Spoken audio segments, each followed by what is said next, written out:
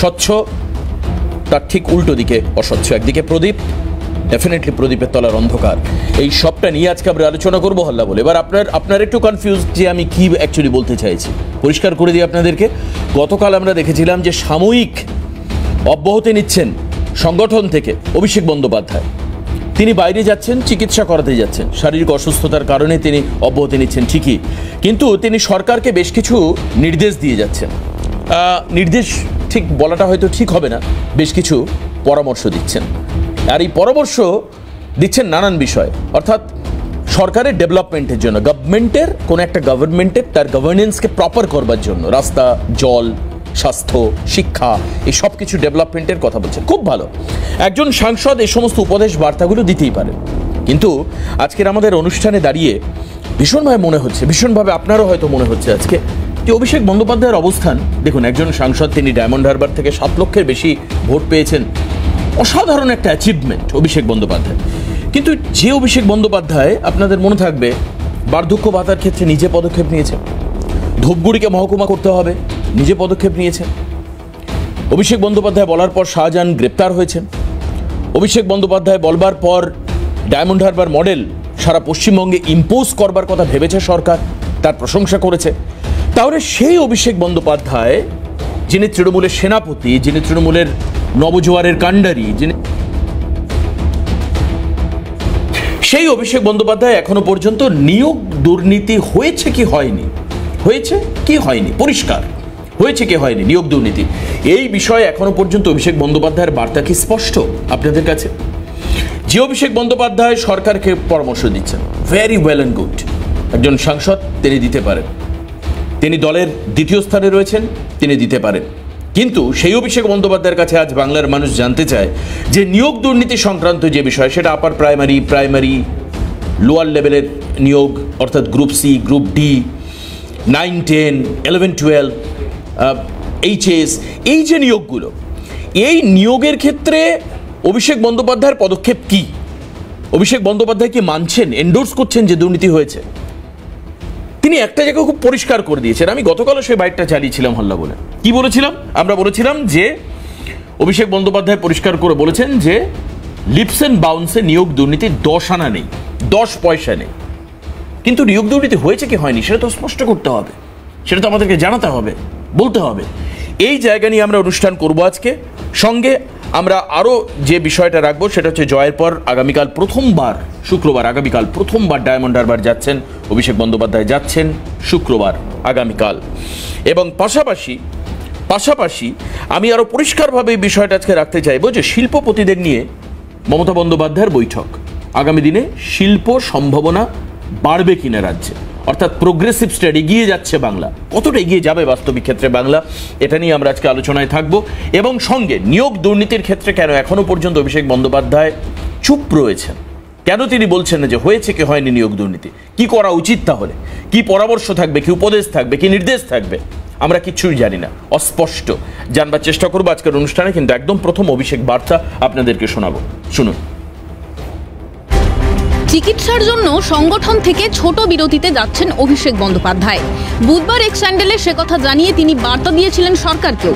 বলেছিলেন, আমি বিশ্বাস করি রাজ্য সরকার দ্রুত এবং ভালোভাবে মানুষের সমস্যার সমাধান করবে এবং মানুষ যাতে ন্যায় বিচার পায় তা নিশ্চিত করবে। নির্দিষ্ট সময় অন্তর চিকিৎসা করাতে বিদেশে যেতে হয় অভিষেককে, কিন্তু এর আগে কখনো তিনি সরকারকে পরামর্শ দিয়ে যাননি। 24-এর ভোটে তৃণমূলের সাফল্যে অভিষেকের অবদান ও দল সরকারে তার প্রভাব যেন স্পষ্ট হয়েছে এবারের বার্তায়।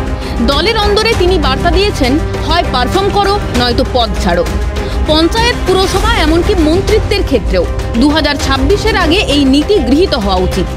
স্বাস্থ্য, শিক্ষা, পানীয় জল আর রাস্তা, এই 4 ক্ষেত্রে আরও কাজ করতে হবে। নবজোয়ার কর্মসূচিতে যা যা প্রতিশ্রুতি দেওয়া হয়েছিল তা পূরণ করতে হবে। তবে এসব নিয়ে বাড়তি কথা বলতে নারাজ তৃণমূল নেতৃত্ব।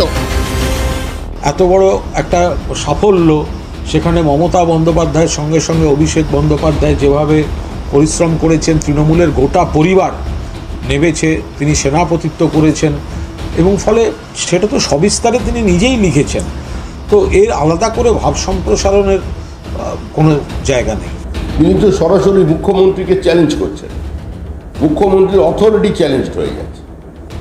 প্রশ্ন হচ্ছে, হয় পারফর্ম করো নয়তো পদ ছাড়ো। এই বার্তাটা কার উদ্দেশ্যে দিয়েছেন অভিষেক বন্দ্যোপাধ্যায়?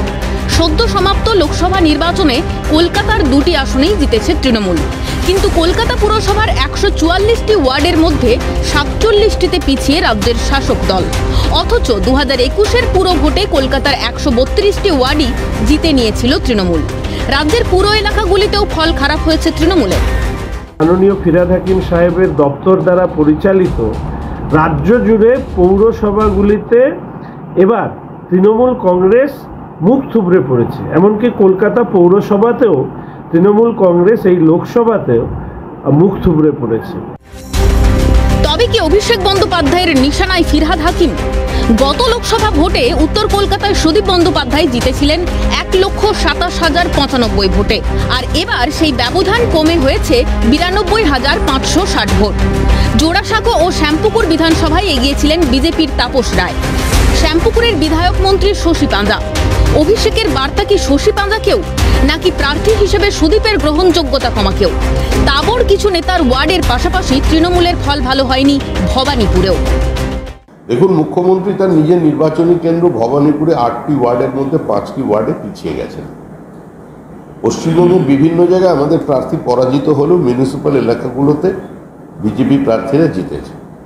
বিধাননগরের মেয়র এবং ডেপুটি মেয়র দুটো কেন্দ্রেই ওয়ার্ডেই বিজেপি প্রার্থী লিড পেয়েছেন।